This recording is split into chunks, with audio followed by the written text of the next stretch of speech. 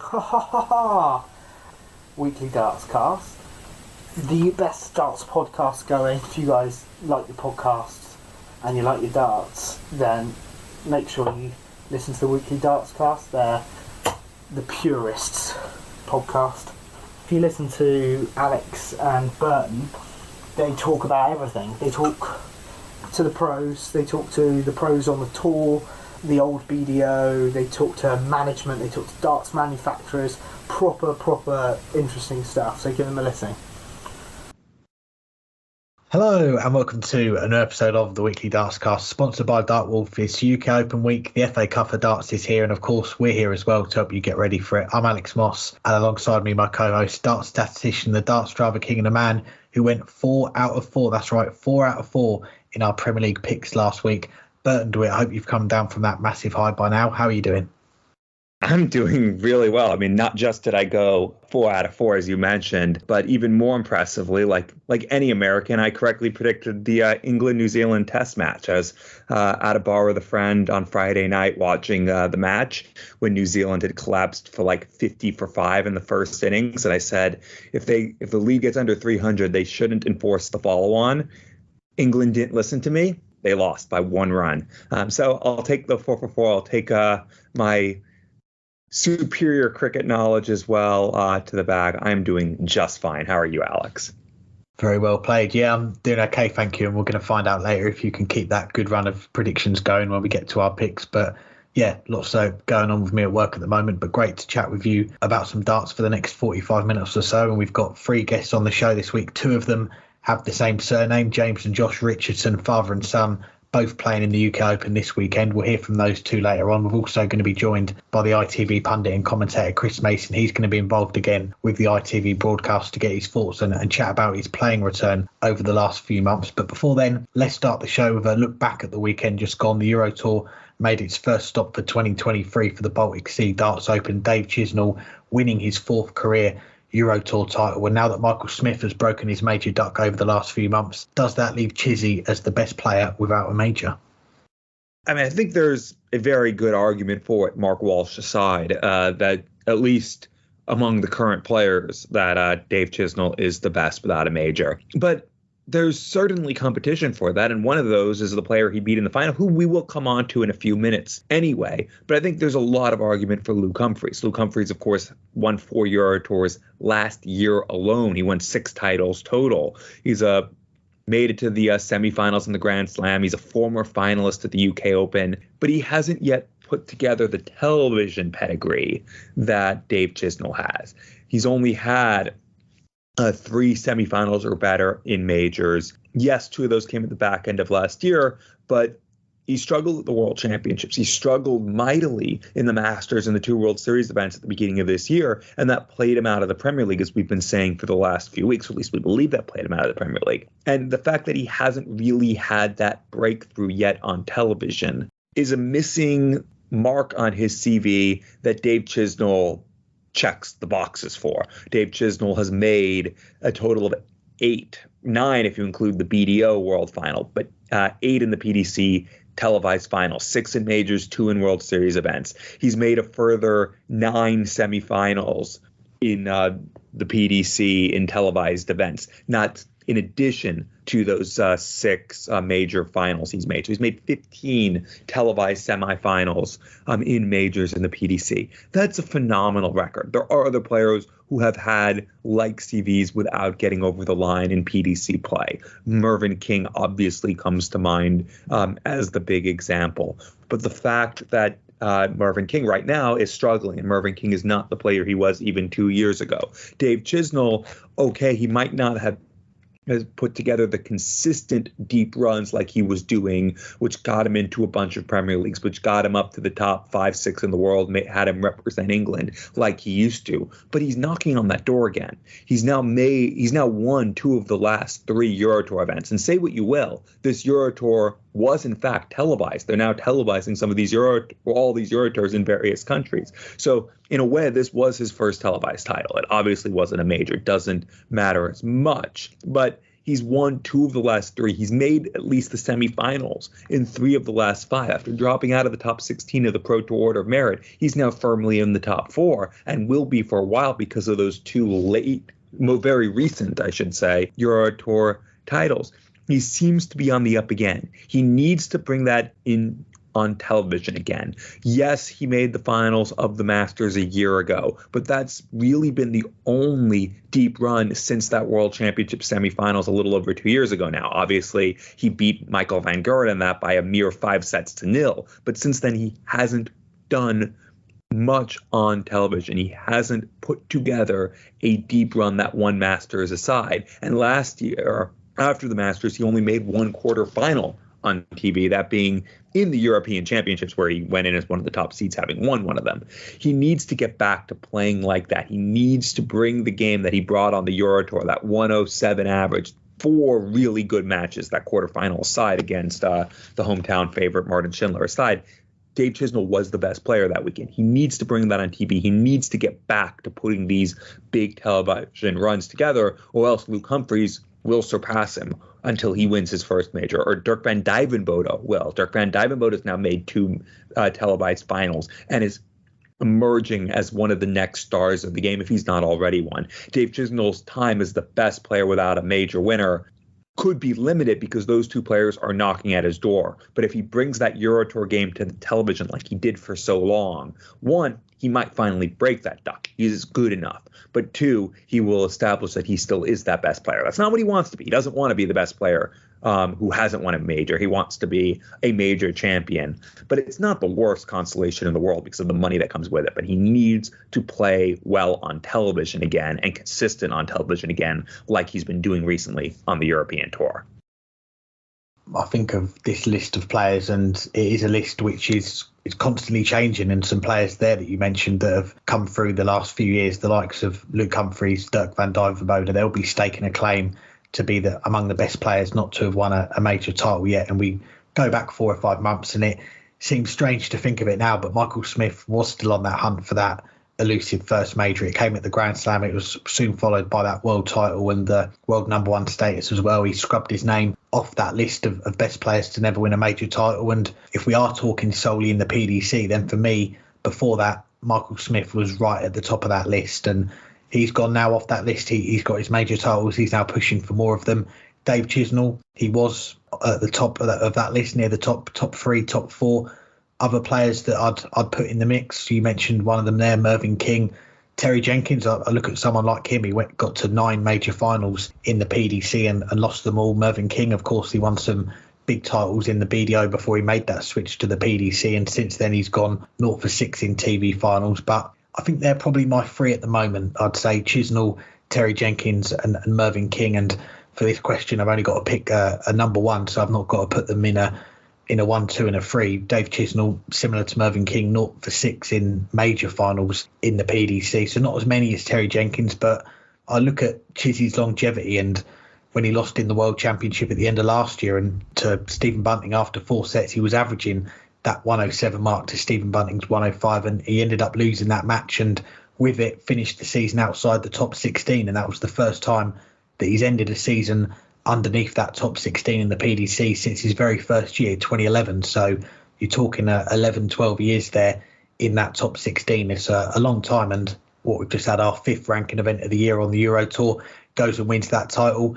And now he's back in the top 16. So not a long break for him there. And I compare his CV to the other 2 I mentioned there, Mervyn King, Terry Jenkins. Mervyn King, he was in the top 16 around 8 or 9 years. He's been in and around it again around 2018, 2021. Now, as you mentioned, he's towards the bottom end of the top 32. Terry Jenkins, he had a very similar spell in that top 16.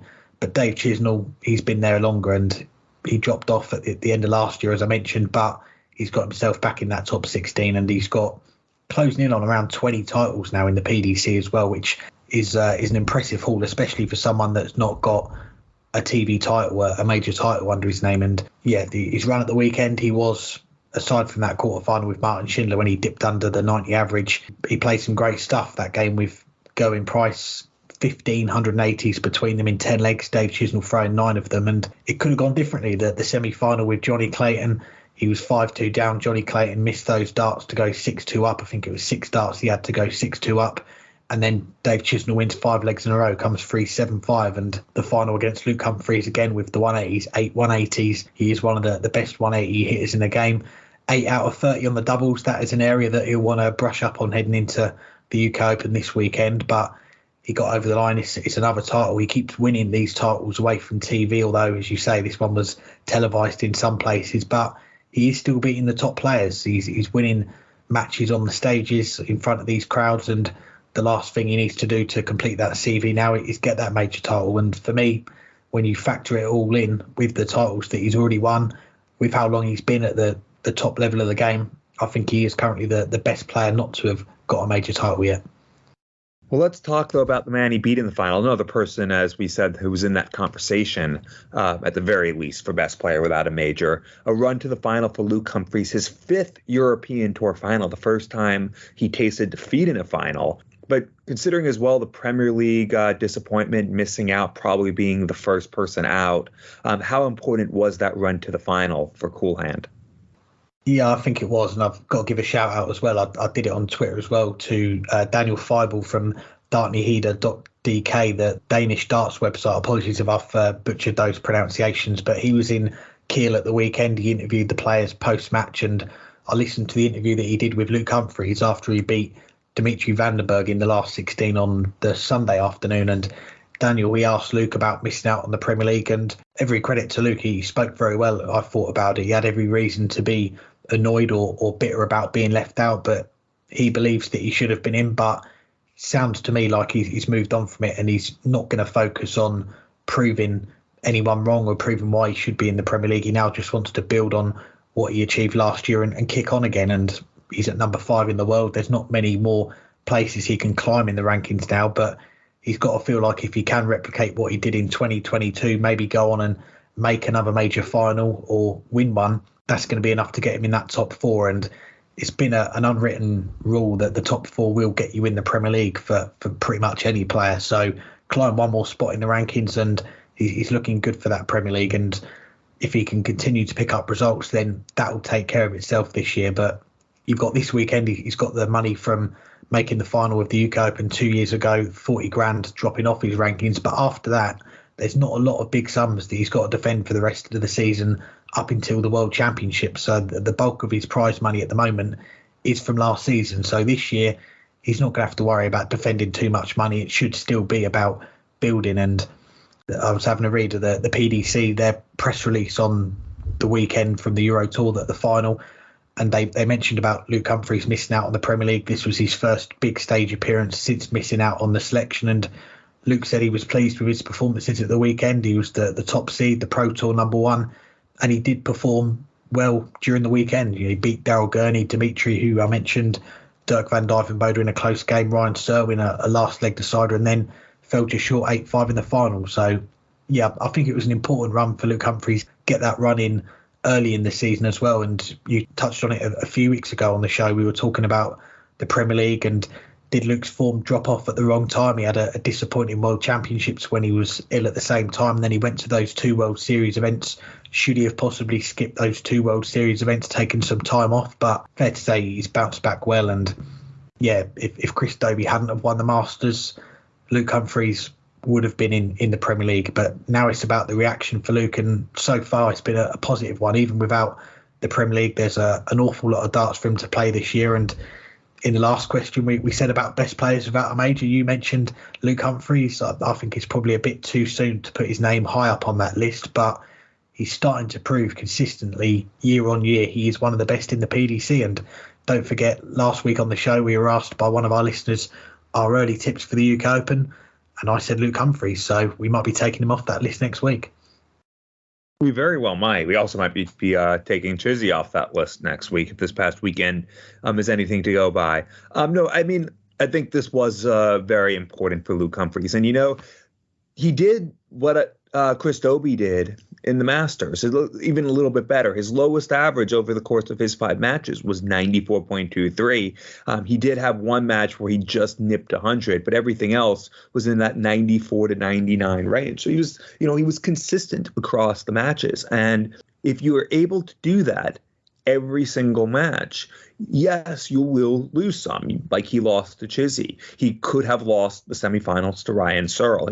He could have lost the quarterfinals to Dirk van Dijvenbode. But if you're averaging that 94 to 98, 99 every single match, you're going to win more matches than you lose against almost, if not everyone in the world. And that's key. And Luke Humphries did that. And that's not what Luke Humphries was doing earlier in the year. And it was not what he was doing on the televised stage when he played his way out of the Premier League. To go back on a big stage, might not be as big as the World Series, might not be as big as the Masters, but it's still a big stage, £30,000 to the winner of the event. And in essence, the winner of the event, that guarantees they're going to be in pretty much every televised event the entire year with the pot, except for the Players' Championships, because this doesn't count to that. But everything else, it probably is going to get you into the Grand Slam. It's definitely going to get you into the European Championships. It's certainly going to put you very close to guaranteeing your appearance in the World Match Play and World Grand Prix. It'll get you into the World Championships. It gets you into pretty much everything. So it is a very, very important event. And to be able to go and bring that when he had been struggling on stage for a couple of months, I think is really important for him. Obviously, we've already seen him play in the Players' Championships, and in the Battle of the Lukes, he averaged 119 a few weeks ago. We know the game that he can bring. He can make a 100 average, a 98 average look like nothing. To do it on the big stage, especially when it was the stage that knocked him out of the Premier League, I think was key to him. The UK Open will be even more key. He needs to start performing at his Euro Tour level on television and to do it more often. And he very well could have broken his duck by now. He just ran out of steam in the Grand Slam in that semifinals against Nathan Aspinall. Who knows if he had won that match, what he would have done against Michael Smith in the finals. We could be talking that Luke Humphries is the world number one. Luke Humphries is the world champion had he been able to get through that match. He didn't, but he will one day. Showing that he can win these Euro Tours or make the finals and play at the level that you need to give yourself a good chance is going to get his mind in the place that it needs to be entering the UK Open. And it will get him where he needs to be entering the World Match Play, where obviously he is number 5 in the world, potentially number 6 by that point. He will be. That's obviously the goal for him, but it might not get rid of the disappointment of missing the Premier League, but at least gets him in the mindset that he is where his game is where it needs to be to finally cross that line. And even if he doesn't cross the line at the UK Open, even if he doesn't cross the line at a major this year, getting to more semifinals and finals is the next step. Look how long it took Michael Smith to break that duck. We just talked about Dave Chisnall. He still hasn't. But getting through to more semifinals gives you that opportunity to get through to more finals, which gives you the opportunity to finally win one. It will come for Luke Humphries, but this is getting him back to that where he needs to be entering the UK Open. When we come back, we'll be looking back at the first weekend of the Women's Series, making our picks for the Premier League this week. But before then, let's get to our first guest on this week's show. He is the ITV pundit and commentator, Chris Mason. I'm pleased to say I'm joined by the ITV pundit and commentator Chris Mason. Thanks for the time again, Chris. How are you doing? I'm very well, pal. How are you? Doing good, and it's as I mentioned off air a moment ago, lots to get to since we last had you on the show. But first, it's been a while. But let's quickly touch on this week, because the UK Open returns on Friday. You're going to be in Minehead as part of the ITV team. So how much do you look forward to this event in particular each year? As it is so different from everything else we see on TV. Yeah, it is my favourite ITV event that we do. Obviously, I loved the Slam before it went to Sky, but of the ones we do have, this is my favourite event and one of my favourite events. Full stop. I just love seeing new players. I love seeing the guys that come through the qualifiers, and then obviously this year we've got something a little bit special in Luke Littler, who's opening the show on the main stage in match number 1 against Nick Fulwell. I do believe he's the youngest competitor we've ever had, because he's only just 16, isn't he? Yeah, one of the qualifiers on his 16th birthday. We'll come back to the UK Open, but as I mentioned, we last had you on the show September last year. It was a few weeks before you made your return under the lights, playing in the Modus Super Series. So what was it like waking up on that Monday morning, going to play your first games in front of an audience watching at home for a long time? Yeah, it was a bit nerve-wracking. Not quite as nerve-wracking as playing at the tavern a few weeks ago, but I got that all wrong totally, and I wasn't well. But yeah, it was. It took me a while just to get going and find my feet. But yeah, during the course of the week, played some really, really good stuff. Had a 100-odd average, which was nice, and a 10-darter and a couple of good finishes. And then to go on and win the week was more than I expected. And then the following week, I played in Champions Week and made finals night. So the preparation went really well for it. I took a few weeks off, and I got a couple of local lads I practiced with, and yeah, they put me through the ringer for a good few weeks. So I was pretty much match ready, and then on the opening day, I was just a little bit too edgy, but by day 2, I sort of started to find my feet, and then played some good stuff. So yeah, it was really pleasing. Well, you mentioned the 10-darter there. You're playing it down a little bit. It was a 10-dart leg on the ball. You've got to be confident to go for a shot like that. Yeah, by that point I was feeling well, and it was against Wes, and I played him earlier in the week. I think it was the day before, and it was 3-0, and I hit 174 to leave 24, and he wanted 78, and I thought I've got him.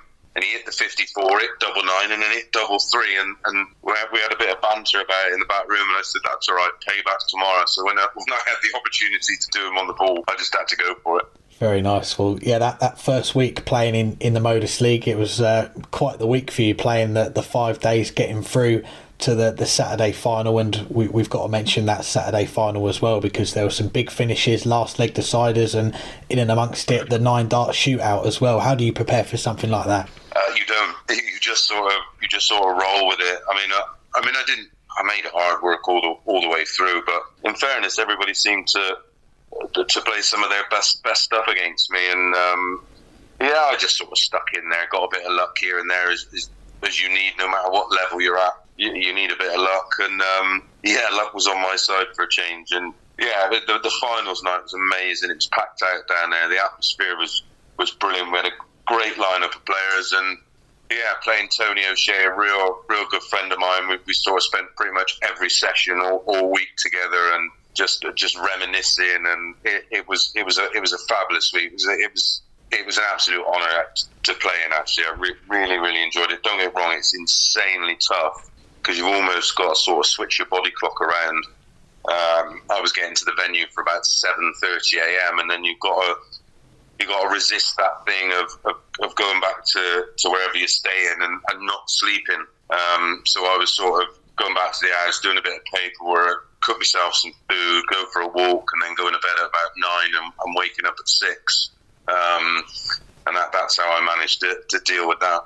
Well, yeah, you won that Saturday night. That got you through to Champions Week, where you made it through to the finals again before losing out. But it was around that time came the news as well that you'd been invited to play at the Tavern for the World Seniors Championship. So what did getting that call mean to you as well? Yeah, it was, well, I'd sort of been, the carrot had been dangled, and in my wisdom and being stubborn, I said, no, I'm going to try and play the tour events and earn my right to play, because I'm not, even though I accepted the invite, I'm not a huge fan of them, but with a new brand, you know, there's no real choice. But yeah, I was over the moon for the invite and accepted straight away. As far as playing in the tours, I won one of the Friday nights and had a quarter final. But my workload is just so manic at the moment. There's so much darts and doing other bits as well within darts. So I couldn't attend the events I wanted to, which is a bit disappointing, because it is a fabulous tour, and you know I think it's important that all the players, even the ones that are already invited, support it and get behind it, because that's the only way it's really going to work. They need a solid ranking system, and then nobody can complain about whoever gets invited or doesn't get invited. You got to earn your spot. But I think that's probably maybe a year or two away. But on to the seniors, it was absolutely amazing to go back there. But I didn't do the right kind of practice going into it. Maybe a bit of overconfidence, and I just never settled. And then when I did settle, there was a commercial break which sort of came at the wrong time, and then I had to sort of go again. And in all credit, I thought Terry Jenkins was absolutely fabulous. He played brilliant against me. Averaged nearly 90. I think he had 6 180s. And it on reflection, desperately disappointed to lose, but a thoroughly enjoyable game, if that's actually a thing. I was at the Circus Tavern myself as a fan for those first 2 days, and a big draw for me was seeing a lot of players play live who I'd not seen before. And as the weekend went on, the crowds definitely got bigger as well. How would you assess where that World Seniors product is in the world of darts right now? I stayed and supported the event. I booked my hotel already for the entirety, and then I was doing some stuff upstairs with John Lowe in VIP and Q&As and stuff like that. So I got a real feel for it and spent a lot of time sort of mingling in the crowd and just sort of getting feedback really, and people absolutely love it. Yeah, okay, it's not the Premier League PDC level, but neither's Division 3 football, but people still go and enjoy that. The difference is with this, where most footballers just retire and play golf, there's still plenty of older players that can still play well enough to entertain us, especially when you look at someone like Robert Thornton, who was brilliant. But I think it's going to just going to grow and get bigger and bigger and bigger. I hope it doesn't outgrow the tavern, because it's just a very unique place. It's where it all started really for PDC in terms of the World Championships, and it's just one of those venues, very much like Lakeside on the sort of the other side of the coin. You've just got to go there if you're a darts fan and just take it all in and remember all the great stuff that happened there. But yeah, the two guys behind it, Jason and Jason, they're massively committed to the product and the brand and the ethos behind it, and it's so well supported. As you know, if you were there, you'd have seen how many people were in there. I mean, on the Saturday and the Friday night, you couldn't move in there. It was brilliant, and it wasn't in a weird kind of way. It was an absolute pleasure, but absolutely horrible to play up there. But hopefully the next time I get it right, because it was just a disappointing performance for myself.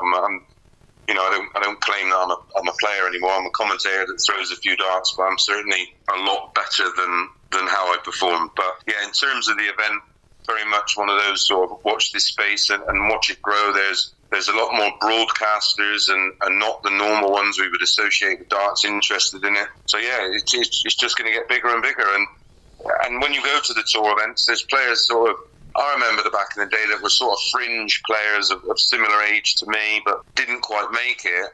But now they've got another opportunity to follow their dream, and that's never been there for a player before. I mean, if I was offered a fortune to try and go back on tour, I couldn't physically do it. I couldn't mentally cope with the demands and the commitment and the travel and the pressure, where although this has still got a lot of credibility and there's a lot of pride there, you haven't got to make the same kind of commitment. So it's a nice balance, and like I say, there's players there that would more than do themselves proud gracing any of the stages in the senior event. So I just think it's going to get bigger and bigger. And of course we've got some great players that not necessarily now coming to the end of their career, but you think of all the players over 50 that at some point over the next few years they might say, do you know what, I've had enough.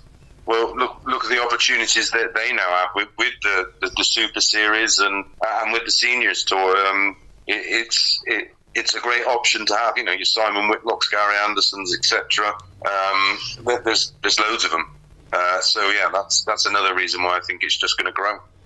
Yeah, we're definitely looking forward to seeing how it progresses, and we'll get back to some other darts in a second, but you mentioned there about potentially getting another go yourself. So we've spoke a lot about your playing side of it. So what is the plan for the rest of 2023 now, playing wise? We know, as you say, you're a busy man off the oche, but have you got anything lined up for the rest of the year?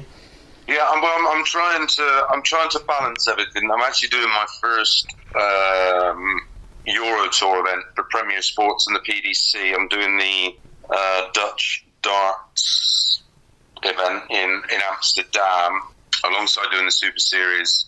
But I've actually sort of tried to juggle my diary around just to give myself a bit of free time. I'm playing in the Masters event in June in Yeovil, which is, for me, living in Devon, a nice local one, where I'll get plenty of people down to support. I'm playing in there's 2 tour events prior to that. I'm playing in those. I'm not able to do the qualifier for the one in Blackpool, the golden ticket one, because I am at Modus, and then I'm almost pretty much into the match play where I'll be working for TalkSport as always. But yeah, and I got an infection in my hand, so I literally have not picked up a dart since I played on that Thursday. I actually went out for a throw for about an hour and a half last night, and yeah, so the preparation has already begun. I just got to play more competitive darts. Practice just isn't enough going into an event like that. You've got to try and replicate the pressure as close as possible, and the only way I'm going to do that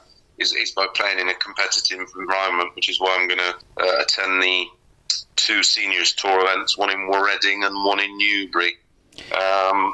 So yeah, a busy year on the oche and off the oche. Well, let's get on to the PDC. A couple of questions, and a big discussion point recently has been the Premier League. And I remember hearing your lineup on the ITV broadcast during the Masters. You had the major winners, Danny Noppert and Ross Smith, in there, but they both missed out. Do you think the Premier League is a tournament that needs another revamp to perhaps include more players, because we've got this pool of world-class players? It just seems to be growing each year now.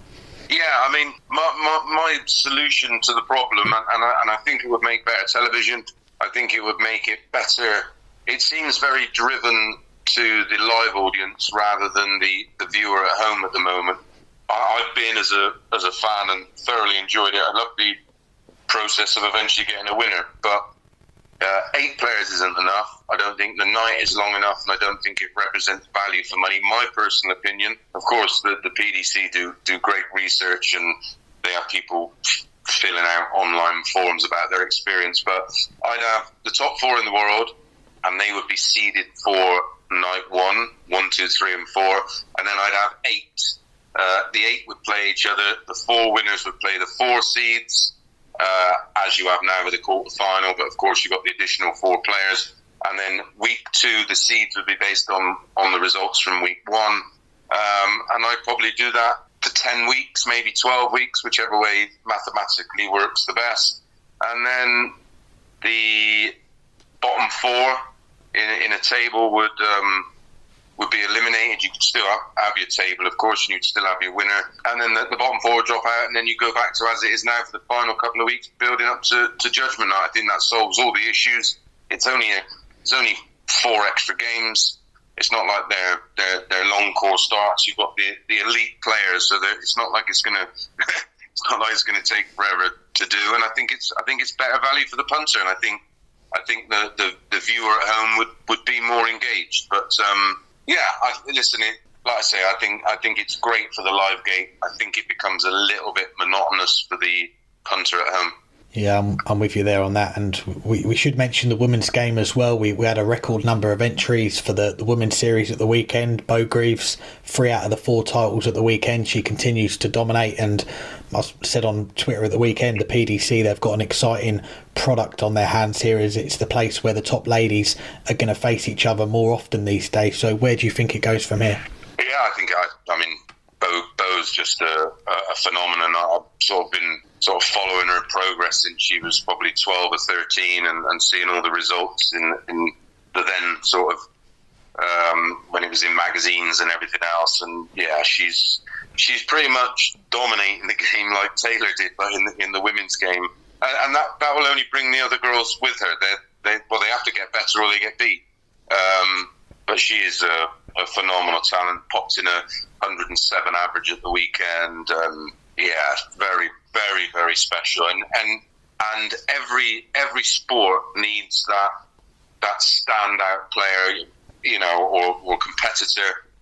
And she's that for the ladies' game right now. And all power to her. I think she's an exciting talent. She's not even the end product. I mean, where does it end with her? How good can she actually get beyond where she is now? Because she will improve as she gets more experienced and a little bit older. So it's very similar to the sort of Luke Littler, I suppose, in what he's done in the sort of JDC side of the game. She's phenomenal. I think she's lost just once in 70 odd matches, isn't it, or something? Yes, pretty crazy record, 70 wins in a row that she had as well. Me personally, I hope she doesn't go for a tour card. And not yet. If I was the powers that be at the PDC, I'd almost say, look, can you even if it meant paying her a retainer, because it's very exciting for the ladies' game to have someone like Beau, and then to lose her into the minefield, which is a pro tour. I'm not sure how she would benefit, and it's a real tough school, and I just would like to see her wait a few years yet and literally mop up everything there is in the women's game, because ultimately, as we've already seen, the numbers from last year's women's match play were brilliant. The ticket sales are amazing, and the ticket sales already for the Sunday this year for the women's world match play, they're pretty much all gone. Excellent. And looking at the provisional lineup for that, we could have Mikuru Suzuki against Fallon Sherrick in one of the quarterfinals as well, which is exciting. Yeah, I mean, there's a quite a deep pool of players now, isn't there? Looking at that top 8 as it currently stands. Exciting times for women's darts, and they're eventually, after God knows how many decades, sort of getting rewarded, and they're showing that with their support, which is another great thing. As you said, it was record numbers, which is important, because if the girls sort of don't fancy it and the numbers start to dwindle, and they show a lack of commitment in a whole, trust me, the PDC will drop it instantly. You know, it's got to make financial sense. Afterwards, it is a business. But I was chuffed a bit to see the numbers in attendance. I think that's a great sign going forward. I think it will encourage, as sort of Fallon has played her part, encouraging much younger players, and that's seen in the JDC and in the academies up and down the country. Her impact was massive in getting young girls to play darts, which is great, and hopefully we won't have to wait this long for another Beau or another Fallon, and they start like they have in the men's game. They start queuing up. That's what the girls. That's what they need. Let's hope so. Well, 2 more before we let you go, and away from the PDC, we had Nick Rolls from the WDF on our show last week talking about the changes to their World Championship, the 3-year deal at Lakeside, moving it to early December. What did you make of all the changes? Have they got a TV deal? That's not been confirmed, but we're assuming it's going to be on Eurosport again. Well, Eurosport's gone now, isn't it? So, yeah, it's now it is a new channel, isn't it? It's been bought. I know they didn't have or as far as I know, there was no TV deal. I mean, the priority for them is sponsorship, a TV deal, and rewarding the players with the prize money they deserve.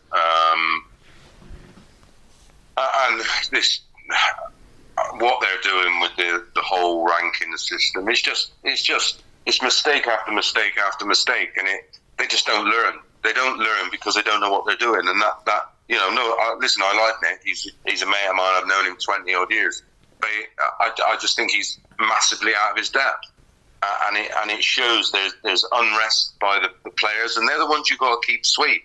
They're the ones that support the system. They're the ones that pay their entry money and cough up extraordinary amounts to go around Europe to pick up ranking points to chase their dream of playing in the World Championships. And it's just continued to lose credibility. And then that drive to, when all I thought about when I started playing was qualifying for Lakeside and playing for my country. That was my 2 priorities.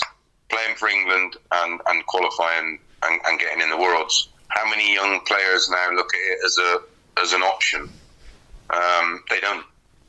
They don't. You ask any of the youngsters coming through, where do they want to play, and they'll tell you Ali Pali. So they have to either create. I mean, look at the strides that ADC have made in a real short space of time, and the Super Series. Again, it's finding something unique.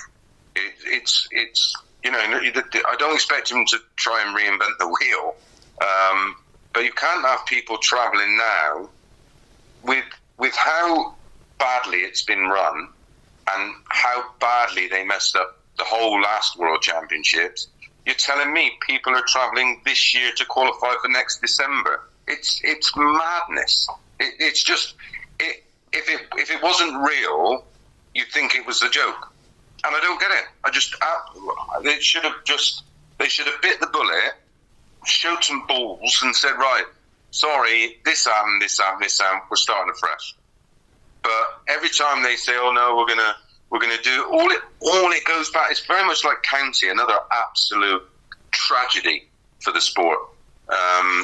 They just ain't got a clue. They ain't got a clue. Too many old people with too many old people ideas. And as I've told you before, the reason the PDC worked, they got young, innovative, creative professionals in to do certain jobs. And if they didn't do them, they got fired, and they got someone else in, and they get someone else in. You know, it's not an accident that the PDC has thrived, and there's now, £17 million in prize money up for grabs every year, because they get industry experts in to make things happen. And unfortunately, when you've got the BDO or now the WDF, which although admirably has been pretty much propped up by volunteers since the early 70s, you know, Maureen, you know, who's been doing it for God knows how many years, and sells raffles. You know, I'm sorry. I mean, although it's admirable and it's great in one way, that's why they're stuck, and they're basically no different. In fact, they're probably worse off than when Sue and Wayne were running it. And it's just sad. It's just sad to see. And I just got it for the players. That's my only concern. The ones spending every last penny they've got to chase a dream. Which, is it going to be there? Who knows? Well, we'll finish up back to the PDC, back to the UK Open, and it's you mentioned about the prize money. It's a bigger prize fund this year. We've got all 8 boards streamed, are going to be available to watch, which is exciting news for the tournament. But before we let you go, we want 2 names, one from the top 32, one from outside the top 32, who you're tipping for a big weekend in Minehead. Oh, Jim Williams, I've been really impressed with. I think he's been playing very, very well, going under the radar pretty much, and regularly hitting big average. So he's just outside the 32, isn't he, Jim? I'm going to have to give you a couple of names because you can't narrow me down to that. No worries. I think Josh Rock had a little bit of a wobble and with everything that's going on behind the scenes, but he seems to be finding a little bit of form. And we know how much he loves the big stage, so he's one on my short list as well. Who else was I looking at? Don't be surprised to see Beaton have a little bit of a run. He's another player that's in fine form. He's evergreen, as we say. Ooh, I'm not feeling the MVG form at the moment. But as one of the elite group, I'm going for Gezi Price. Sorry, Gezi. Excellent. We look forward to seeing how those picks get on. Chris, it's always a pleasure to have you on the show. Keep up the great work that you're doing, and we wish you all the best for what else is to come in 2023 as well. Thanks a million, guys, and as always, absolutely love the cast, and love tuning in. Take care, and I'll speak to you soon. Free beer, anyone? Now that I've got your attention, the weekly Dartscast are excited to be partnering up with the guys at Beer52 to offer our listeners a free case of beers. Head on over to beer52.com/darts and cover the postage cost of £5.95 to claim your free case of beers from our good friends at Beer52. I've just got on board with Beer52, and as a member each month, they send me a case of unique and varied beers from a different part of the world. Imagine that. Each month trying out beers from a different country. In the last 10 years, Beer 52 have been to 40 different countries, including the US, Australia and Germany, and they've also included a range of breweries in the UK too. So, to claim your free case of beers, go to beer52.com/darts. Thank you for listening and enjoy the darts and enjoy your beers, and let's get back to the rest of the show.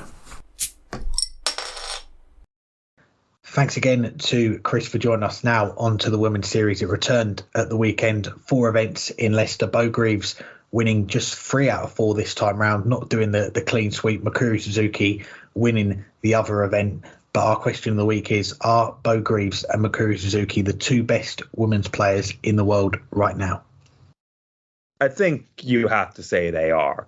Okay, the stats don't necessarily say that Mikuru is clear-cut the number 2, but her ability to up her game and to push Beau unlike anyone else, I think gives her the edge over Fallon Sherrick, gives her the edge over Lisa Ashton, gives her the edge over Aline de Graaf and anyone else you might bring into that conversation. Because, she was a little fortunate. Beau Greaves fell off in the key moments in Women's Series 3 in that quarterfinal. Mikuru had a very James Wade-like performance in that. She took off most of the legs where Beau was throwing. She really only pushed in 2 of the 5 legs that Beau had the darts in. She upped her game when she had the darts, and in the end, she took advantage of a bad final leg from Beau Greaves and crossed the finish line. But it was kind of in reverse when they met the next time in the semifinals of Women's Series 4. Mikuru was the better player in that match. Beau was fortunate to get through that. Mikuru missing in both the penultimate and in the last leg a bunch of darts at double to cross the line. So it wasn't just that she pushed Beau Greaves. She pushed her twice and outplayed her in a semifinal that second time round, when both of them obviously were tired from a long day of play. But again, still she averaged 90. Beau still averaged 88.5. The fact that she's able to lift her game against Beau Greaves and lift her game when she needs to against anyone else, I think is really important. The only person to beat her over the weekend was Beau, and she was clearly the second best at both events on Saturday, but she still was in with a shot in, at least in the first one where she was defeated 5-3. But statistically, there's still a case for Fallon. And I think you can say that Fallon is now at least on her way back to playing near her best. There were moments where she looked really good. She had a mid-90s average in a last 16 in the first event. She cracked 90 a few other times, and we saw her obviously at Q School. When she has to play well, she usually does. But there's been too many inconsistent moments. She lost in the second event 4 legs to 1 to Angela Kirkwood, losing 4 legs on the spin. And in the last 2 legs, she wasn't even on a double when it was all said and done, and those were on 18 and 22 darts.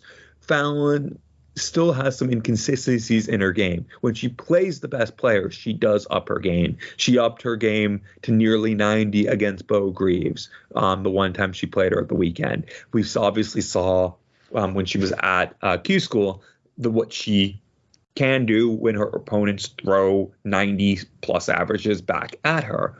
But there's just too much inconsistency in her game right now. I do think that she is moving back in that right direction. And where she was a year and a half ago, where she was 2 years ago, was probably a little bit ahead of where Mikuru is right now, and maybe even ahead of where Beau is right now, although a little bit more quizzical about that because we haven't seen Beau really test herself against the best men in the PDC yet. But I think Fallon is still in that conversation. Lisa Ashton, definitely there's been some signs of regression since she's dropped off the tour.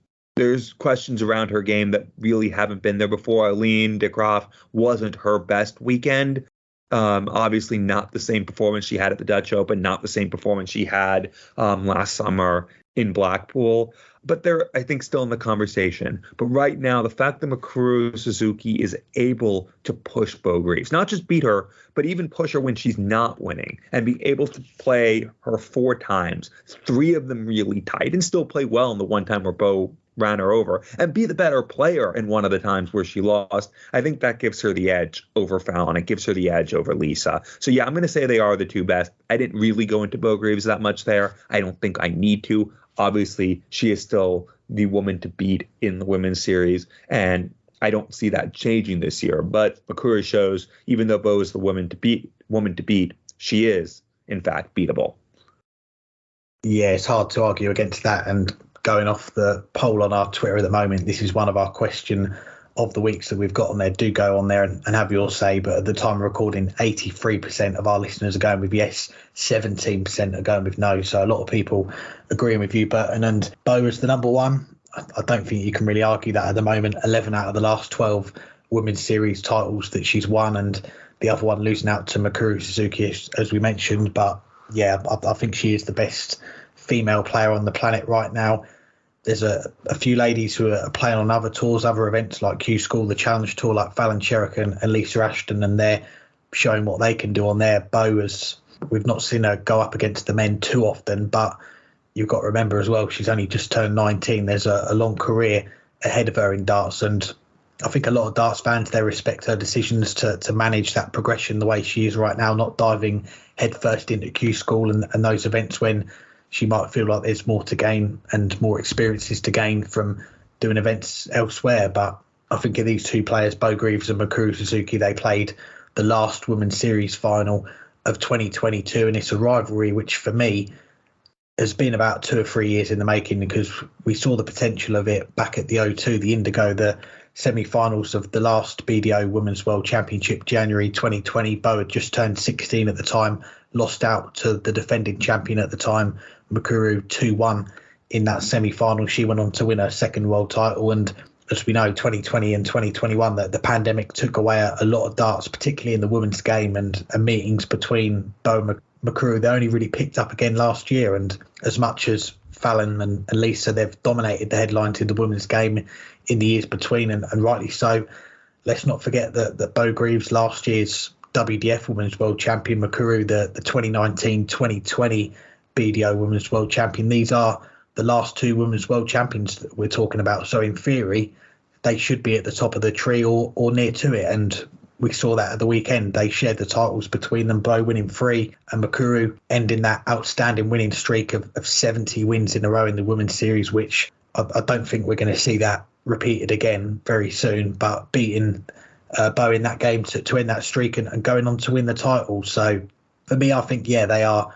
Beau is a clear number one. Mikuru at number 2, I think that's a closer run thing between her and Fallon Sherrick at the moment. And you think Lisa Ashton, a potential number 4 in the women's game. She's had so much success over the last decade.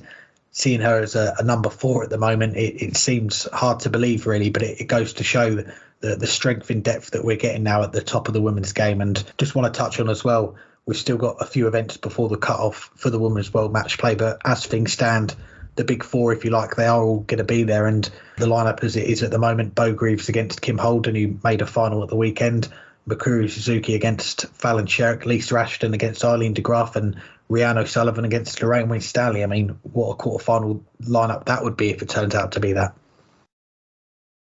Yes, indeed. And keep the eye on that as we get closer to the second Women's World Match Play. But since this upcoming weekend is the UK Open, that also means, as tradition stands, it will be time for the Premier League at the West Point Arena in Exeter, night 5. I'm glad you didn't mention everything about our picks from last week. I did go 4-0, but as you made sure I knew, even though I went undefeated, you still managed to get more points last week because I didn't get any of the scores right. So I'll give you your kudos for that. Let's see if you can match my 4-0, and I can match your, was it 6 points?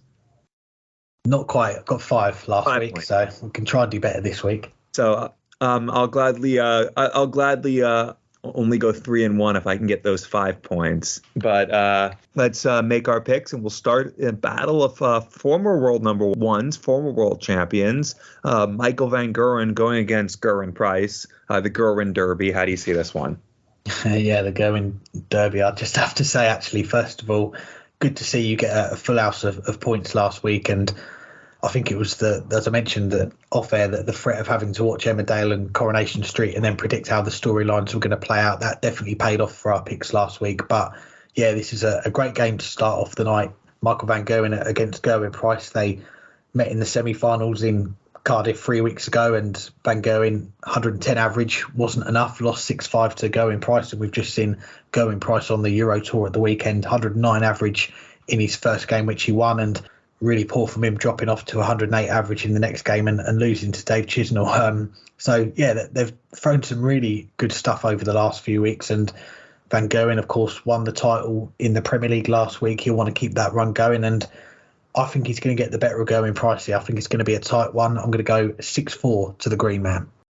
This is, of course, a rematch of the final from last week. Gezi letting that match get away from him, missing a bunch of match starts, was 5-3 up, seemingly in control before MVG, you can't say stormed back, but crawled his way back and got over the line. Gezi, up until then, though, had looked the best player on the night. He was the best player in the quarterfinals. He was the best player in the semifinals, and for 8 legs, he was the better player in the final. But he didn't cross the line, just like so many times in the past against MVG. MVG, maybe he is still the handicapper's nightmare. We were discussing last week whether that mantle had changed again.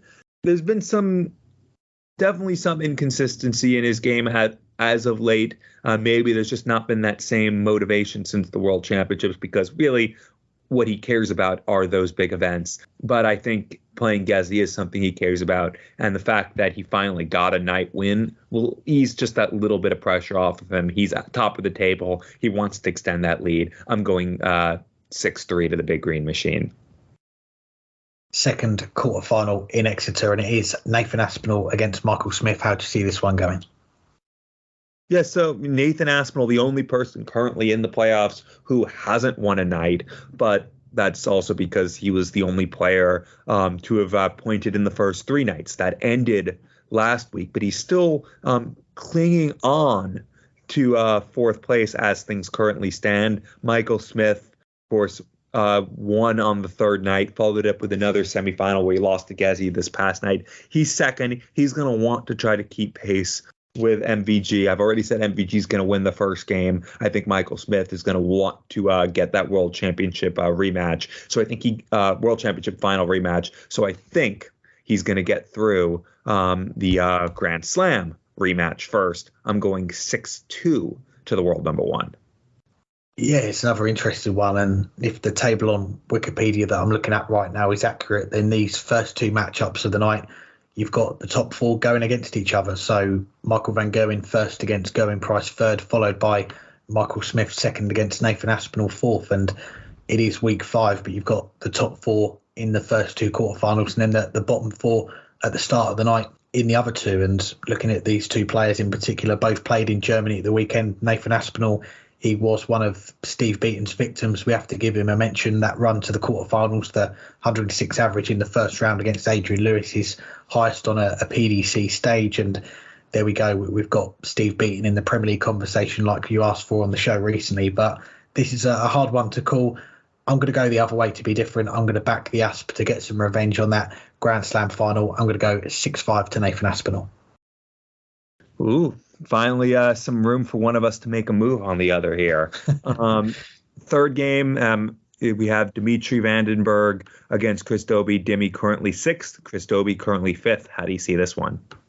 Well, the one player that we saw from the Premier League that was missing from Germany at the weekend, Chris Dobie, as we mentioned, he went to see his beloved Newcastle in the League Cup final. We won't mention the outcome of that game, but it was good to see Chris get the badge in like Mac Elkin to mark the occasion. But back to the day job this week for him, playing in the Premier League in these big crowds. And again, it's another one I'm struggling with here. Both have got 5 points. Chris Dobie won that opening night, but then he's lost in the first round in the next 3, whereas Dimitri Vandenberg, he's on the same amount of points, but he's on a run of points, then no points, points, then no points. So if the run continues, that says he's going to win this game. But I don't think we're going to see Chris Dobie go 0-4 in the Premier League. I think he's going to bounce back this week, and I think he's going to sneak a win here. I'm actually going to go for another decider. I'm going to go 6-5 to Hollywood for this one.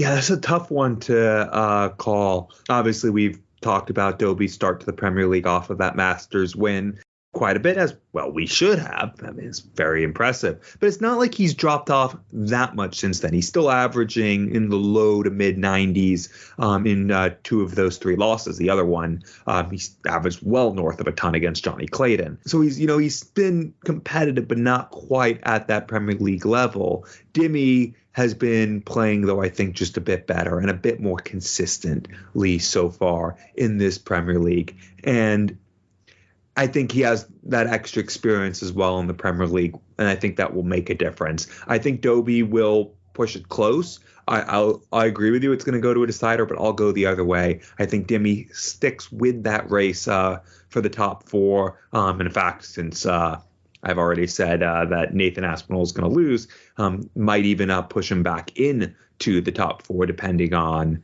tie breaks. So I'm going to go Dimmy to win it in the last leg decider 6-5.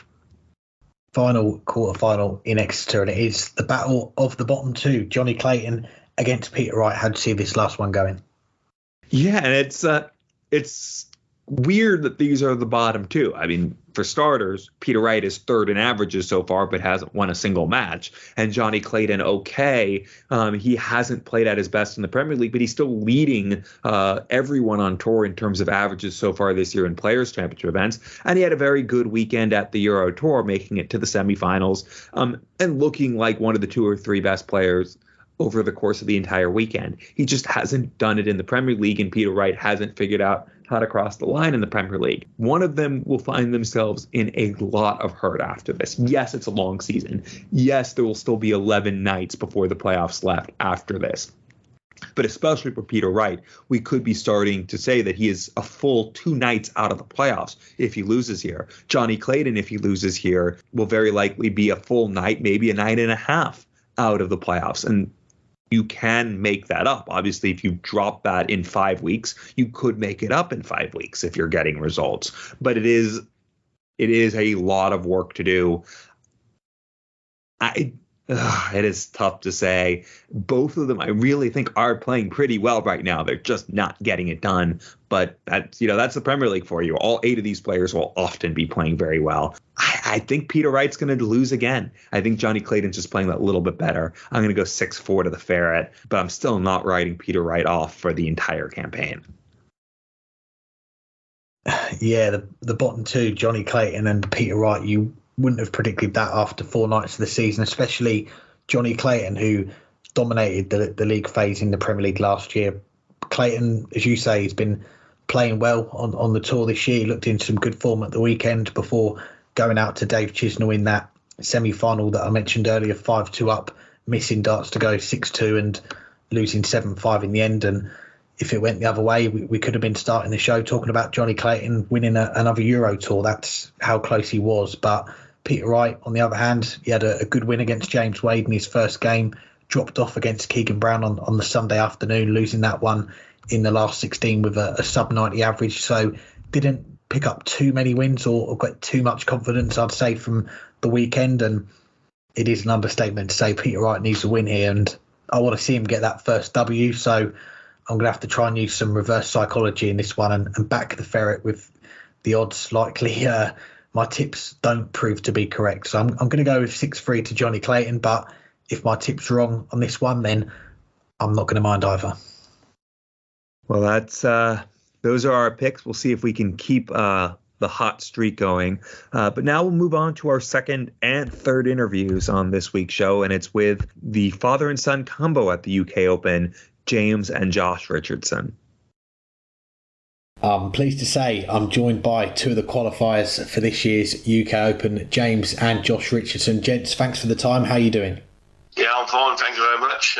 It's good to be on your show tonight. Well, James, let's start with you. Back in the UK Open for the first time in 3 years, you were at Minehead last year watching as a fan. You spoke to my colleague Matthew in the multi-board room. You said you wanted to be back there playing. So how excited are you to be going back 12 months on, this time as a player again? Yeah, very excited. It was painful last year. We actually had tickets from the year before, so for the caravan for accommodation, and so we obviously went. Very painful watching it, and it just gives you that urge, you want to get back. Obviously, I wanted to get back as a player on the tour, but wasn't to be, so we had to go down the Royalers, where I got through. Yeah, we'll come on to talk about those qualifiers a bit later on. This is going to be your 8th UK Open, but your son Josh, it's a debut in the tournament. So Josh, how are you feeling ahead of this weekend, getting to play in the tournament people call the FA Cup of Darts for the first time? Yeah, I'm looking forward to it. I mean, this is going to be my first TV tournament. So just to get there I'm just happy, really. Like to get through from the development tour. I won the last tournament, and I think that's what put me into the UK Open. I'm looking forward to it. Good to hear. Well, the draw was released about half an hour ago before we called you guys up, and there was the possibility of seeing you two drawn against each other. You've avoided each other. James, was Josh the name you most wanted to avoid in that draw? We didn't really want each other really till the money, because obviously the prelim rounds and you don't get nothing. It'd be nice to get a bit of money in the bank and then draw each other, but no, everybody kept on saying I was going to be you two in the prelims. The problem is when we go to these tournaments, we've in the past ended up playing each other first rounds, or every other round we meet each other. So it wouldn't have surprised me one little bit. And Josh, you're both going to be on stage too. Your dad plays Thibaut Tricol in the first round while you're up against Sebastian Białecki a few games later on the same stage. So what was your reaction to the draw? Well, I'll take on anyone, really. I mean, I played Sebastian a few times, so I think we both beat each other. So yeah, we'll have to see how it goes, and yeah, I'm looking forward to it now. Well, let's look back, and for you, James, 2022 was a busy year. In April, we saw you make your debut in the WDF World Championship at Lakeside. So what was it like playing there and on that iconic venue? Yeah, completely different to the Ali Pali, put it that way. I'd say the crowd's more respectful down there. Josh played on there before, but no, when you enter the doors in that place, people say it gives you a shiver down the bone, and it does. And it was just nice to grace that stage where all the greats have graced before, you know, your Ed Bristows and Leighton Rees, you know, Lazarenko and all them have all played on there. Yeah, absolutely great. And we're back there in December. I'm back there, and hopefully, well, fingers crossed, we win it this year. Wasn't a very good show last year. We shall see. Well, I was there for the first weekend, saw you win your first game, and back at the Lakeside Hotel bar afterwards, you got everyone going with a rendition of Vindaloo. So Sunday nights, they don't get much better than that, do they? They don't, no. No, and hopefully this Sunday we'll have a bit more of that down Minehead. Fingers crossed. Well, while you were at Lakeside, we saw you post on Twitter you were cooking in the hotel room, stewing dumplings, I think, on one of the days. Is that a regular thing for you when you're away for darts, or is that just a one-off? No, we start taking the old utensils with us because it's it's cheaper way and it's healthier way to eat, because when you're away you only eat fast foods on the roll. And so you take slow cooker, you can put some in, and then it's there for you when you come back. And yeah, just the way we do it now. Sticking with the food, I mentioned the Vindaloo song. I'm a fan of a curry myself, although I'm not as brave as you to opt for a Vindaloo. But where would you say is the place you've had the best Vindaloo so far? It's got to be my local curry house where I live, Home Tandoori.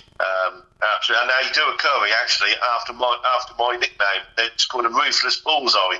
And that is absolutely brilliant. Very nice. And Josh, we have to ask you as well, are you a fan of the Vindaloo as well, or do you go for something else when you go for a curry? No, you tell it. I do like a curry. I don't like it as hot as my dad's, but I do tend to go for McDonald's every time I go to darts. It has to be 20 nuggets and chips. That's my go-to food for the moment. Fair enough. Well, we mentioned Lakeside, Josh, and your dad mentioned it as well. It's a place which holds some very special memories for you, winning the BDO World Youth Championship back in 2016. What are your memories of that day? To be fair, it's a long time ago now. It's how long? I think it's about 7 years ago now I won that. But like my dad said, every time you walk into that venue, there's something that just feels different about the place. And your youth career, if you like, that culminated last year with your last year on the development tour, and you mentioned it. What a way to sign off winning the final event of the season. What did that win mean to you? I mean, I've been playing on that development tour since I was 16, and to win it on the very last attempt before I was too old meant everything to me. And like I said, it put me straight into the UK Open. If I didn't win the final, I don't think I would have been there. So I'm really happy with that. Well, looking at the run to the title, I had a little look earlier. You survived match darts, I think your second game against Dylan Slev, and then you had that 101 average in the next round. When did you start to feel like you were on for something special in that last event? I can't remember who I beat, but I think it was going into the quarterfinals. I just felt something, and that's I don't know. I don't know, but it did feel good.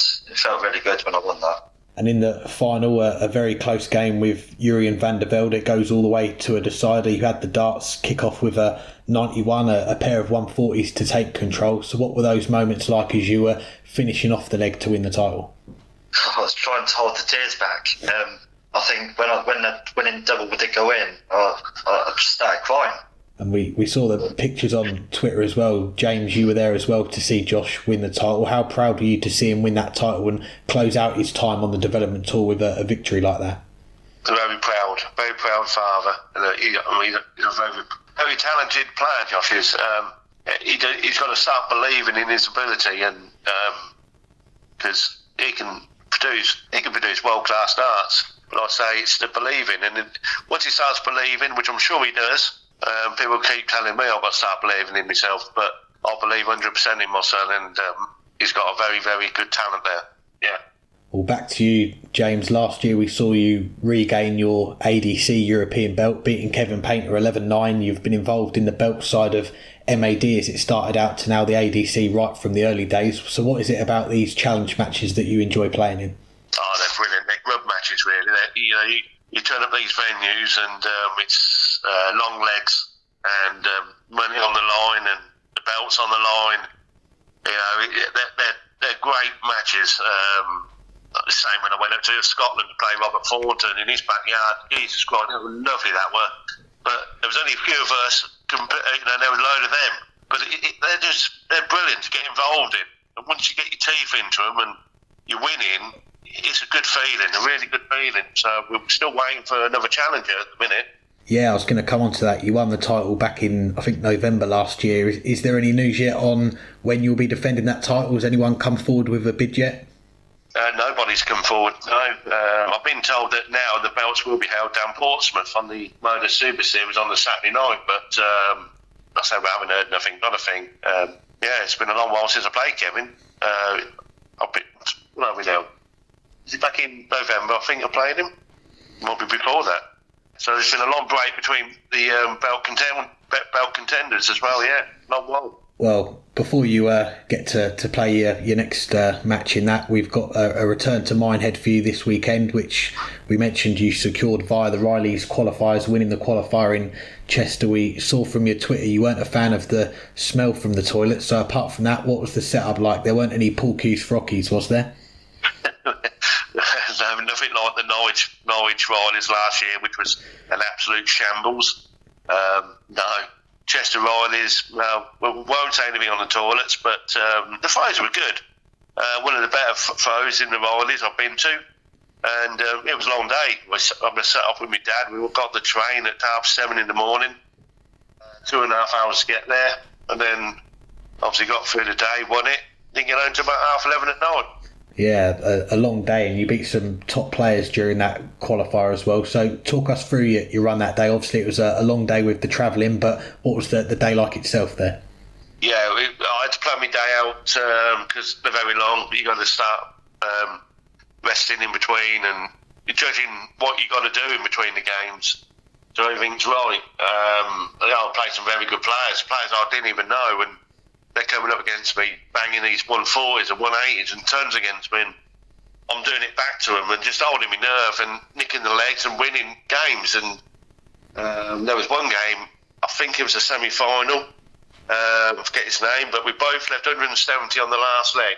It was my throw and I twanged the 25 and then he threw. He had done the same at the 25 and then I went out in 2 darts. So I might have been out, not going to Minehead. That's how it's on. Then I played Warby in the final and produced some really world-class darts. Well, looking ahead, you two are going to make more history in April, the first father and son to play for England together in the British Internationals. Josh, you made your debut last year in the Tri-Nations. What was that experience like? Yeah, I mean, with going back a few years, like, we had Martin Adams and players like that in the England squad. So to be playing in it now is I think it's a good achievement for myself. And I'm looking forward to it again this year, especially playing with Dad in the team as well. And James, you won a qualifier to book your spot in the team. Of all the things you've achieved in darts, do you think that weekend for the British Internationals lining up with Josh to play for England is going to be the most special moment yet? Without a doubt. I mean, that weekend we become the British Open Pairs champions, which I think the first father and son ever to do that. And to now represent England with my son, which is absolute privilege, and to play under our skipper James Earl as well, which was Josh's skipper last year. Got a great men's side. I can't wait for it. It's going to be great. We look forward to that. And Josh, how did you find out you'd got in the team as well? I think I saw you say it was a phone call to say you're in. So what was that moment like, getting the call and finding out you were going to be in as well? Yeah, I think it was like a director's pick or something like that. I had the phone call on the way back from County on the Sunday from Peter Melton, and I kind of knew something in the back of my head. I kind of knew I was going to be in it again this year, but I wasn't going to, to get that phone call, I was over the moon to be playing again this year, because we won it last year and we're going to win it again this year without a doubt. I'll say before as well with this one, it would be nice if also we can get picked for the World Cup, because there's only limited players who do get picked, like the Euro Cup Josh did last year. We can get in the World Cup, me and Josh. It'd be great to represent England in the pairs. Yeah, no, I'd definitely like to see that. Well, the British Internationals, that's not until April, and around that time it's going to be the business end of the football season as well. You two both big Ipswich Town fans, so James, do you think Ipswich can make the top two, or are they going to have to settle for the playoffs now? No, I think we could do it. Plymouth on the slide, and we've got a good side, we've got good management, and got good everything behind us at the minute. Sheffield Wednesday are playing really well, but they can slip up. I think we'll finish in the top two. I really do. And Josh, you're a tractor boy as well, like your dad. How do you think the rest of the season's going to play out? Yeah, I think we'll make the playoffs, but I don't think we'll finish in the top two. Like I say, Plymouth and Sheffield Wednesday are playing well at the moment, but quite a few points behind second spot, so I'll go for playoffs. We shall see. Well, before then, it's all eyes on Minehead this weekend. James, Josh, we appreciate you guys taking out the time, and we wish you both all the best for the UK Open this weekend. Yeah, cheers. Thank you very much. Looking forward to it. Thanks to James and Josh for joining us this week. Now, as we said, both of them will be competing at the UK Open, which returns this Friday, the FA Cup of Darts, as it is a blind draw. Anyone can draw anyone, at least as long as they're still in the competition. Who do you make, though, as the favorite, or can you make someone the favorite given the randomness of the event? I think it's extremely difficult, and with this event, the UK Open is one of my favourite tournaments of the year, and with the random draw that we do get to bring back the classic jokes as well. The final draw, of course, we can reveal on the show that me and you, Burton, will be doing the draw for the final of the UK Open on Sunday night, which we're both excited for. But it's a tough event to predict, and just because of how random it is, you've got that random draw after each round, which means Friday night we could see a repeat of the Premier League. On Thursday night we could see Michael van Gerwen against Gerwyn Price. We could see Michael Smith against Peter Wright. We could end up, as a result of that, losing two of the top four in the last 64, and we could end up losing more big names in that Friday night session. Such is the nature of this tournament, and you've only got to look down the Roll of Honour the last 20 years that this event has been going for. And I mentioned it on the show last week when one of our listeners was asking for some early predictions about Phil Taylor's record in the UK Open, Michael van Gerwen's record in the UK Open. It doesn't stack up with their records in the other majors. They've not won as many of these events as they have won others, particularly Phil Taylor. You look at what he did in his career, the UK Open, it was one that he didn't manage to have a dominant run in. So, yeah, it's a hard one to win. It's a hard one to prepare for, and I think you look at the bookies as well. One of the PDC's former title sponsors, Ladbrokes, I was having a little look at their odds for the UK Open, and you've got Michael van Gerwen, they've put as the favourite 5-1, Gerwen Price, Michael Smith both 7-1, and then Peter Wright 11-1. And I was just trying to compare that to some other events that they've got odds on, and you've got the Premier League, Michael van Gerwen 13-8 to win the playoffs, Michael Smith 3-1, Gerwen Price 7-2. So much shorter odds for free players before you even get to the favourite for the UK Open. And you take into account the Premier League as well, the new format we've got. You're not going to see someone turn up to the UK Open having won 4 out of 4 or 5 out of 5 matches top of the table like the old format, because nowadays you've got the nightly tournaments. We've had 4 different winners so far from the 4 nights, and we could end up with 5 on Thursday night. So that's even before the UK Open starts. So I think if I was pushed to pick a favourite, if Michael van Gerwen wins the Premier League in Exeter, that would be back-to-back nights that he's won the Premier League, and he would open up a little bit of a gap at the top. But for me, I think this is as open as any major event you're going to see in the PDC this year, or indeed any year. So yeah, definitely an event to enjoy. Yeah, I'm pretty much in full agreement there. It is. I mean, I think there is at least 2 players who are right there to be favorite. The 2 Michaels, I think, have to be in either order. Van Gerwen, winning 4 majors last year, winning the Premier League, winning the World Match Play, for most of the year being the best player in the world, and making it all the way to the World Final this year has to be in that conversation. But Michael Smith, obviously, at the back end of the year, was able to cross that line in the Grand Slam and then win the World Championships and kick on this year, winning a World Series event, winning already one night in the Premier League when it took him 16 to do that last year. I think they are the 2 best players in the world right now, but they could very well be playing on Friday night in the last 64, the way the draw goes. And it makes it just all that more interesting. Almost every year, there's at least one blockbuster 4th round tie where you either see 2 Premier League players go head to head, or a Premier League player and someone else who's in the top 8 or the top 10 in the rankings, but got left out of the Premier League.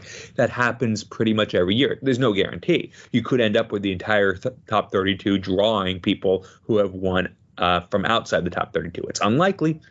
Very unlikely, but it could happen. But it's just as likely that you'll see a bunch of these top players go draw each other. And the more they do, the more they get knocked out earlier, the more dark horses you get deeper into the field. And yes, someone will still need to beat Michael van Gerwen or Michael Smith or whoever that top player is. But it's a lot easier to beat one of the top 8 players in the world than it will be in a normal tournament where you'll have to beat 2 or 3 or even 4, depending on where they fall in the draw and when you come across them. And it makes it harder to pick. It makes it, as you went through the odds, makes it much more wide open to begin with. I don't think there's a clear-cut best player, but I think there are 2 that are a level above. And then you get to the likes of Gezi, Johnny Clayton, Peter Wright, even like someone like Ross Smith, Dirk van Dijvenbode, who are still right there playing really, really well right now as well. Damon Hedda, not to forget him. So there are players who very well could do this. But I don't think there is a clear-cut favorite. There are 2. I do also want to mention, in case people missed the news, it's a huge increase in the prize pool this year. Last year it was $450,000. It's up to $600,000 this year. That's increased by fully a third. An extra £10,000 to the winner, $10,000 extra to the runner-up, $10,000 extra to the semifinalist. For the first time ever, players who make it to the second round are guaranteed to leave with prize money. It shows just how much this event has grown and how darts has grown, that you're now having £110,000 to the winner. The semifinalists are making the same amount that Phil Taylor made to win it the very first time he competed. The quarterfinalists are making the same amount that Mark Walsh made for making the final back in 2005. It really is a growing prize pool, and it makes it all the more to play for. Good to see those improvements for the UK Open, and you touched on there some of the big games that we saw in the last 64. Last year, of course, we saw 2 all Premier League matchups, Michael van Gerwen against Gary Anderson, Peter Wright against Joe Cullen. We're not going to know the draw for the 4th round until it's made live on Friday afternoon. But let's look at the draw that we do have, and that is for the first 3 rounds of the competition. Which matches stand out for you, and which players from round 1 do you fancy to be in the hat for that 4th round draw? Yeah, there's some really good matches, and I decided to pick a few of those first round matches just to answer both parts of the question all together at once. Obviously, there's going to be some very good 2nd and 3rd round matches. Some of them we already know because of the way the draw worked out. We know some of the players who are entering in the 3rd round drew each other, but very often could be one of 4 players going against one of 4 players. So it is, a little difficult to say what are the great 3rd round, what are the great 2nd round matches. Boris Kursmar versus Jermaine Watermain is one that jumps out as a 3rd round matchup. I think Jermaine Watermain, as I've said before, is going to have a big year. I think Boris Kursmar is going to have a big year. Both of them, though, not off to the start I thought they would have. Luke Woodhouse against Josh Rock, another one of those 3rd round ones that is good. But I want to focus on 3 first round ties because these are both involve 2 players that, if they get through it very well, could advance all the way to that 4th round. I'll start with one that's on the main stage, Jelle Klaassen, the last player in through the Challenge to Order of Merit, at least prior to someone getting in through the Phillips spots after David Pallett chose not to enter, going against Josh Payne, who's back on tour after falling off of it a little over a year ago. I think that's a very interesting match. Josh Payne's playing all right to start the year. Jelle Klaassen, obviously deep run at Dutch Open, played well at Q School, but wasn't able to win a tour card. I think that's a very good match between someone who I think will be back on tour in the next year or two against someone who has won a couple of titles on tour and has every chance to get reestablish himself now that he has a tour card again. Jan van Veen against Robert Owen. I think that's a really, really tasty tie. Jan van Veen obviously made a final at the back end of last year, was in the World Grand Prix spots, was in the competition for the World Match Play, but did not get into the top 64 and was the next, and therefore did not get to get a tour card through that. So all of his rankings dropped back down to 0. But so far this year, 18th in averages in the Players' Championship events this year, off to a start that shows that what he was playing at the end of last year was no surprise. And if you're hearing barking, I'm sorry about that. I am in Houston at a friend's house. I can't control their dogs, and can't even cancel that out with noise canceling headphones. Jan van Veen doing really well, but Robert Owen back on tour after being off of it for the last few years. He's 34th in averages so far this year. He's playing very well, showing that maybe this is the time that he's going to finally make the World Championships and emerge into the top 64. He got his tour card through finishing 2nd on the Challenge Tour last year. But those are 2 players off to a hot start going head-to-head in the first round. And one more first-round match. Nick Kenny, 13th in averages so far this year in the Players' Championship events, qualified for a couple of the Euro Tours already, going against one of the surprises of Q School, but a player who has a world of a future ahead of him in Pascal Ruprecht. Hasn't fully hit the ground running quite yet so far, but has played okay. He's 82nd in averages so far. He's been competitive, won through one of the qualifiers for a Euro Tour. I think he's a player who's going to improve massively over the course of the year, but this is the first time we'll get to see him in a televised event. I think he is a player to look out for, even against someone who's hot like Nick Kenny right now. I think all 6 of those players who are entering in the first round have a good chance to get through. Obviously, though, there's some tough ones. I mentioned Klaassen against Payne. The winner of that goes against Ricardo Pietreko, who's been very good so far this year and seems like his 2nd year on tour is going to be a massive improvement. And the winner of that gets the honor of going against Scott Williams. It's going to be tough for any of these players in the first round, but I wanted to focus on these 6 because I think having a tough first round match is going to make the winner of that match even more difficult in the second round, even if it is against someone like Ricardo Pietreko, and even if the reward for that is someone like Scott Williams.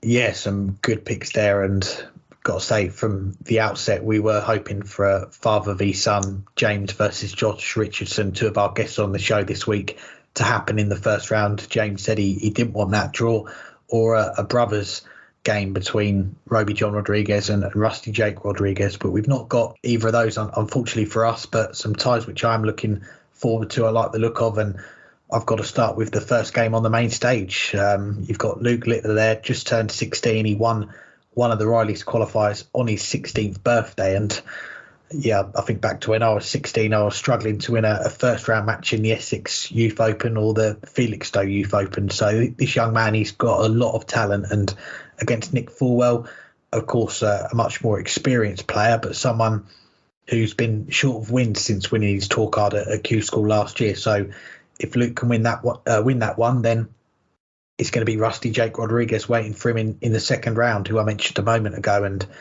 if that goes 11 legs, that will probably be over in 10 minutes. That will be a very quick fire game. And you mentioned Jella Clarkson. Yeah, that game with Josh Payne, that's the next one on the main stage. That one definitely jumps off the list here as well. And we spoke with Jella in Minehead last year, and he's run to the fourth round as a Riley's qualifier. Then there's going to be no red polo shirt for him this year. As you mentioned, he qualified via the Challenge Tour. So he's been in the UK Open as a tour card holder, a Riley's qualifier, now the Challenge Tour.